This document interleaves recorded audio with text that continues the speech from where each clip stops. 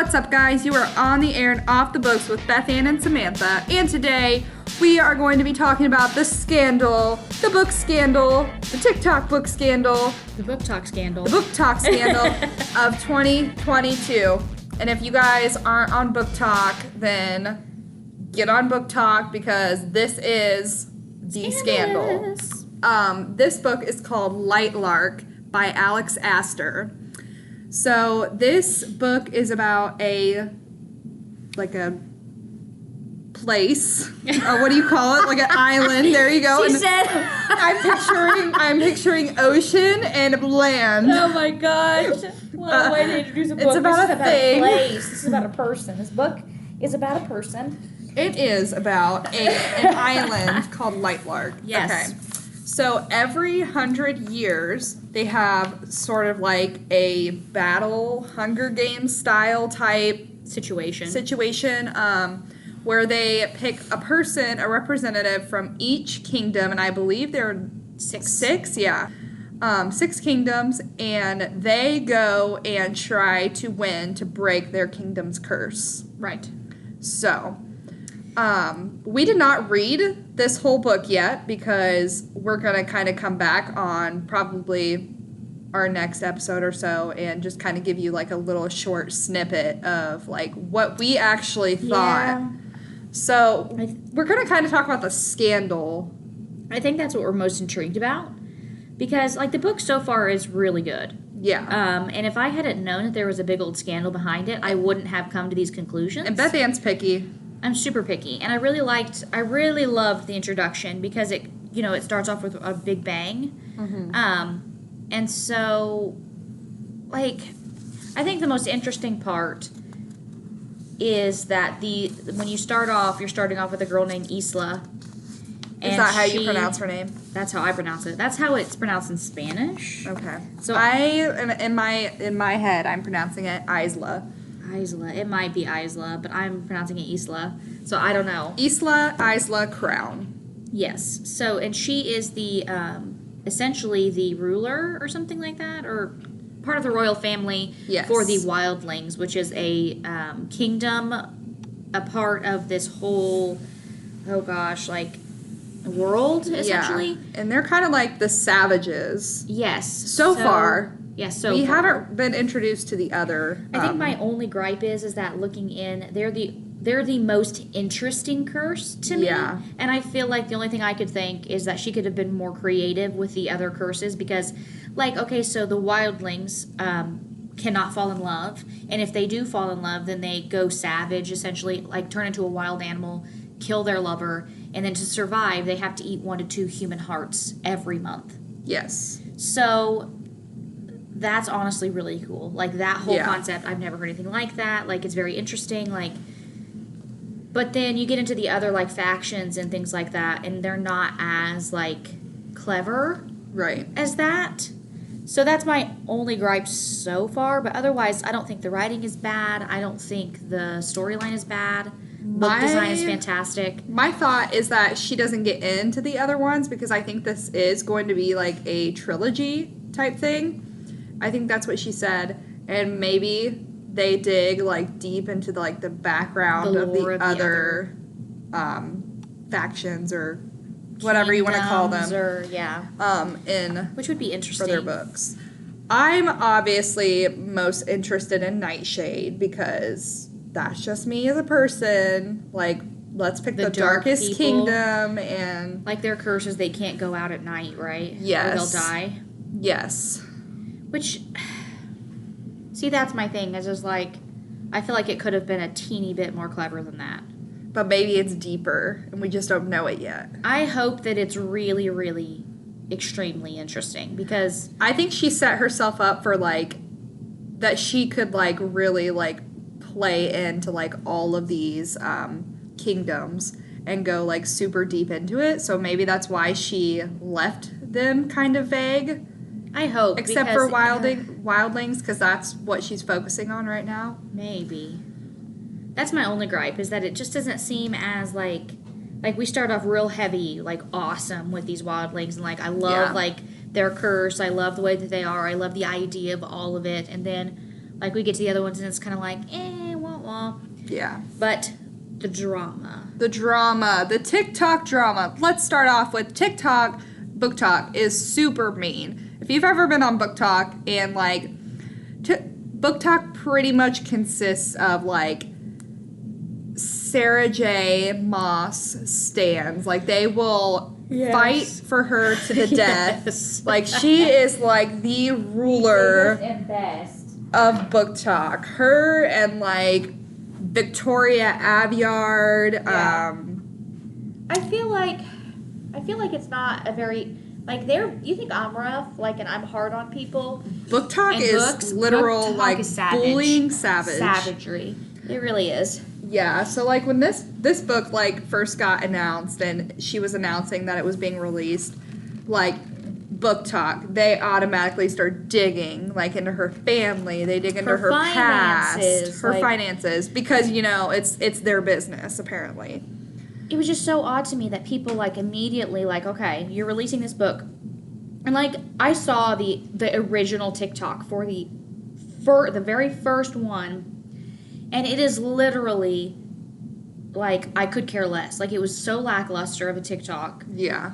And it went viral somehow. Yeah. And my thing is like people immediately started picking it apart, and it didn't give you anything to pick apart. And I'm like, okay, this is not something that I would assume would be viral, something that I would assume would be interesting, like at all, not in your respect of the imagination. I think it like kind of took off because maybe like somebody knew like who she was and like who her family was, and so it just kind of blew up this big. And therein lies the controversy. Yes. Because she comes from apparently a wealthy family. Yes.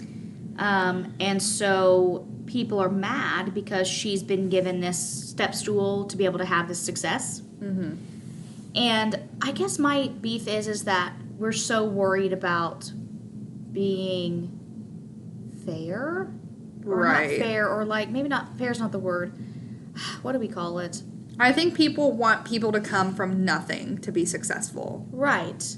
And my thing is like, okay, if you're telling me that because we're friends, like if I was this billionaire, okay, or millionaire, whatever, yeah, and you wrote this book, and I believed in you as a person, okay, then I would automatically be canceled.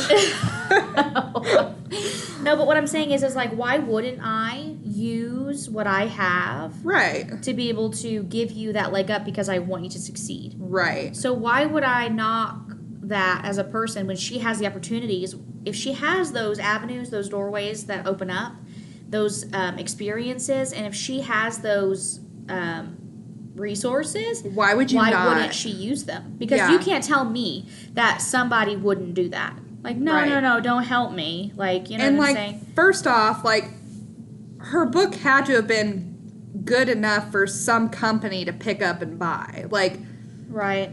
Penguin Random House or whoever funded this book isn't gonna pick it up if it's trash. Like, and I wouldn't think that they would be picking it up based on bribes. You know what I'm saying? Right. Like, that doesn't make any sense. Like, and you know that what I'm really thinking is happening is that they set this all up to be a big controversy so that it would make the money, and it's not even true or something. Right. You know what I mean? Like, they did it as a marketing plot. Right.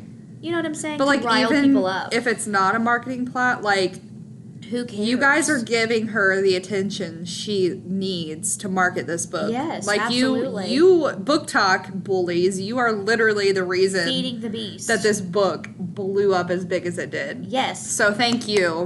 Also, and my thing is like, I didn't know about this because I'm not on TikTok, because I'm that person. I had no idea until Samantha told me. And starting the book without like any of that knowledge, it's just your run-of-the-mill fantasy. Right. With, very dystopian vibes. And it's not a bad book. Yeah. Nothing about the book so far has like ever like hinted at the fact like this girl got her daddy spent extra money to blah blah. I would have never thought that ever. Yeah. Just picking the book up by itself and reading it as it is. There's no way that I would have ever dreamed that. It's just your regular run-of-the-mill book. Now, right. Whether that's like a 3 or 4 star read, I don't know. We shall decide. We will decide that. But my thing is like, my opinions of the controversy and like everything surrounding it aren't going to affect the quality or what I think about the book. If I enjoy a story, I enjoy a story. Yeah, and also there's like a lot of rich people in this world, so you can't just like expect. Well, I mean, like you can't expect everybody who writes a novel to be like starting from dirt. yes, like that's but you just even not. said that. What's her name? Aveyard, Victoria Aveyard gets on all the time talking about how like I'm very privileged. Yeah, like and she doesn't owns hide it. that, and she owns it, and everybody loves her stuff. But that never affected the way that she has been able to write or tell a story, right? So Right. I feel like maybe TikTok should chill out a little bit. Just chill. Just take a step back and take a deep breath. Yeah, and also people are like really critical about, like her worlds are so generic. Like the names of her worlds, the names of her like characters. Yes, like skylings, of course, sunlings, of course, the moonlings. girl's name's Terra, which means Earth. Like, why does it matter? At least you can connect. Like, what's what? I honestly don't think that bothers me very much. Because it doesn't bother me. Right. Because if you look at other things, like, you know what I mean? Like, literally, if you compare this to the Hunger Games was literally numbers. Yeah, and like... it wasn't even anything, like, super creative. Like, people love that. Like, everything is compared to that. Or, like, Divergent. Yeah. Or Allegiant. And like, their literal names in her faction were literally based off of how many fears that they had. Spoilers. Right. But you know what I'm saying? Like, that's... And look how huge that is. Look how huge Hunger Games is. Also, it's really hard in a fantasy novel to remember 8 different, like, extravagant, like, complex names. Oh, trust me. Like, I would rather, like, Nightshade, that's, like, that would be compared with, like, the Night Court. Like, Sarah J. Maas's Night Court. Like, okay, Nightshade, Night. Like, you connect that. It's not, like... I don't know if Sarfalafa Lufia. Right, you're it's going something like, that you can't pronounce. Where is this? What is this? Like, what does this have to do? Like, I gotta, like, Google and look this up. And I don't know if people, like, uphold fantasy to this other thing. Because, like, okay, I have learned that people who love fantasy are so hardcore about fantasy that they will, like, off with your head if you don't do it exactly the way that they think it should be done. Yeah. Like, I'm reading Warbreaker thanks to Justin Kingery. It's fantastic, by the way. 5 out of 5, 10 out of 10, would recommend. I love this book. And Warbreaker. But we stand around and we, like, oh, you pronounce his name like that? Yeah. Like, oh, well, I thought it was like this. And then Ben comes up, he's like, well, I listened to it. It's this. Right. It's just like, but that's what I'm saying is like, why, I don't fault her for coming up with something that's simple. And also it was from her creative imagination and her interpretation. She's the author. You don't have to like the book, but you also don't have to be rude. Yeah. Because guess what, guys? Not everybody likes what you like. Exactly. There are opinions in this world, and people have different opinions. Well, I mean, how many books have we read for this podcast that I can't stand? Yeah. But that doesn't mean that I still don't recommend them to you because you may like different things than I do. And she also doesn't bully the author. I don't think that she's worthless or blah, blah, blah, blah, blah. Like, go Like, this girl was like, getting death threats, okay? Like, let's not be that person. We need to just... I know that reading is life, but dang. Like... Yeah. It's not that deep. I guess... How do we...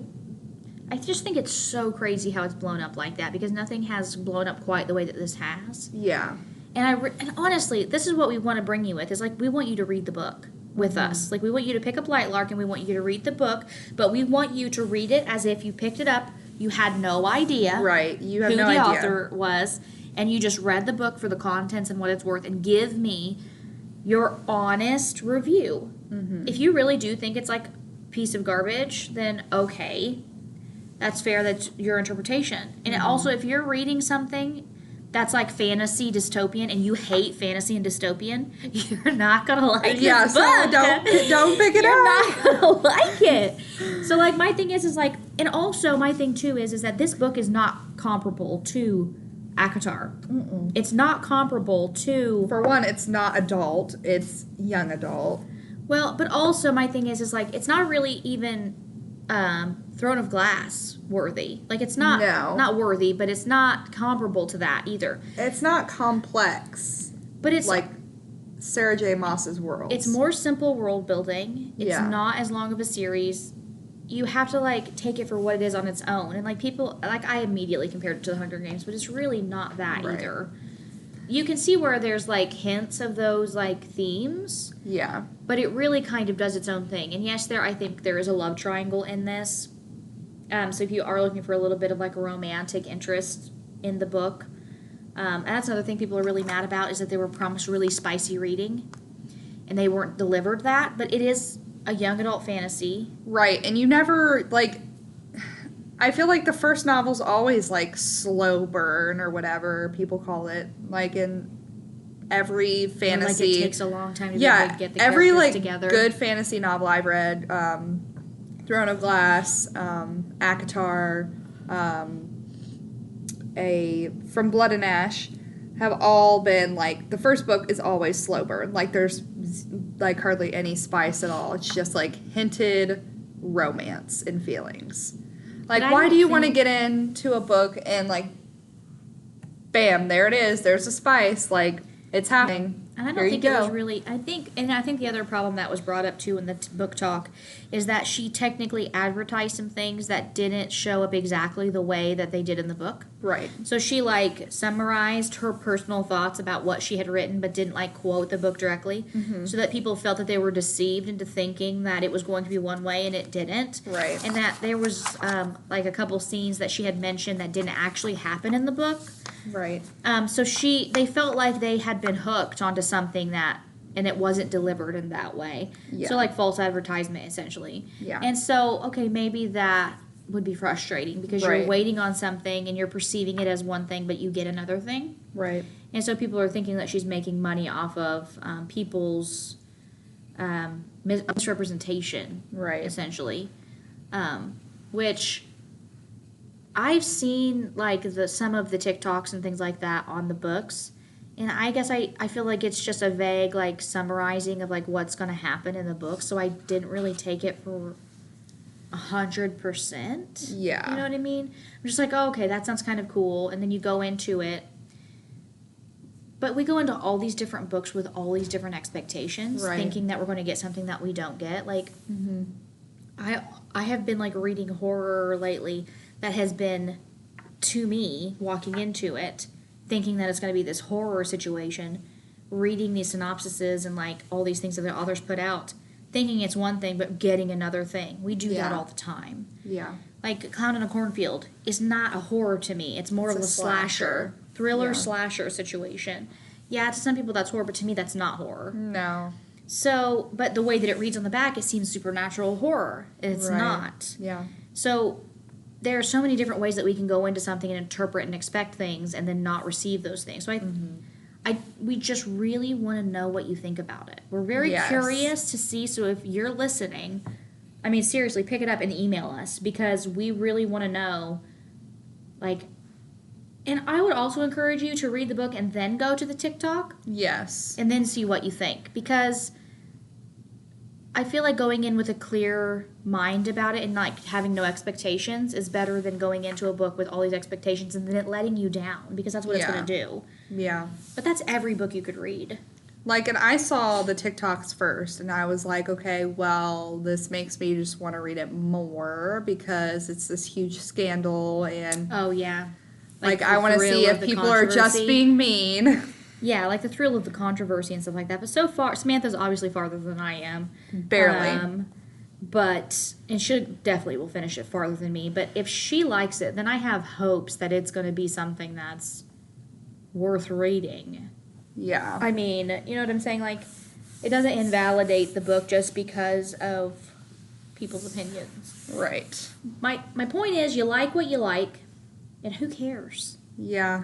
Don't judge a book by its cover. No. Actually, the cover's fantastic. Yeah, the cover is so really good. beautiful, and I did definitely order like 2 signed like pre-ordered copies, and I did get like these beautiful like artwork inserts for like all the characters. And I will say she did a fantastic job. Like, whoever, like, she hired to do those, they are gorgeous. And I have to send Beth Ann all the pictures of them because... Yeah, I'd like to see them. I love them so much, and they're beautiful. I mean, and, like, every page is, like, got filigree all over it. And, like, she did really had attention to detail. Or even if she didn't sit down with somebody and somebody did it all for her and she paid the money to have somebody else do it, whoever did this did a very good job presenting the book as a whole. Yeah. Either way, whoever wrote this story, whoever designed the story, whoever illustrated it, whoever did all of the things to it, kudos to you. It's beautiful. Whoever you are, it's beautiful. I like it. And I honestly don't feel like I need to know the truth of it. Yeah, who cares, you know? If it's a good book, it's a good book, right? Yeah, she didn't steal, like, the plot from anybody. Even if she did. Yeah, like... Or she could have bought it. Let's be real. A lot of these fantasy romance, like, YA/new adult books are, like, basically the same plot. They're very similar in what they do. I mean, like, teen YA romance. All basically the same plot. Well, I mean, if you look like the vampire situation, like the vampire love stuff, it's literally the same all things. The same. But just like, a little teeny tiny changes. Yeah, and people enjoy them. So they do. Like, if you enjoy it. You enjoy read it. it. Read what you want, man. Like, don't not read something based on somebody else's opinion. See it for yourself. Think for yourself. Yes. And just because I don't like it doesn't mean you shouldn't read it. Yeah. Like, I can't get Beth Ann to read ACOTAR, and that's, like, one of the most loved fantasy series. One day I'll get her to read it. I'm not going to do it. Maybe she's, like, if she's ever, like sick and, like, maybe, like, has, like, a lot of meds in her, I'll be, like... Sitting there reading it to me. She's just going to tie me down and, like, shove, like, socks in my mouth and tape me down. And like, okay, page 1.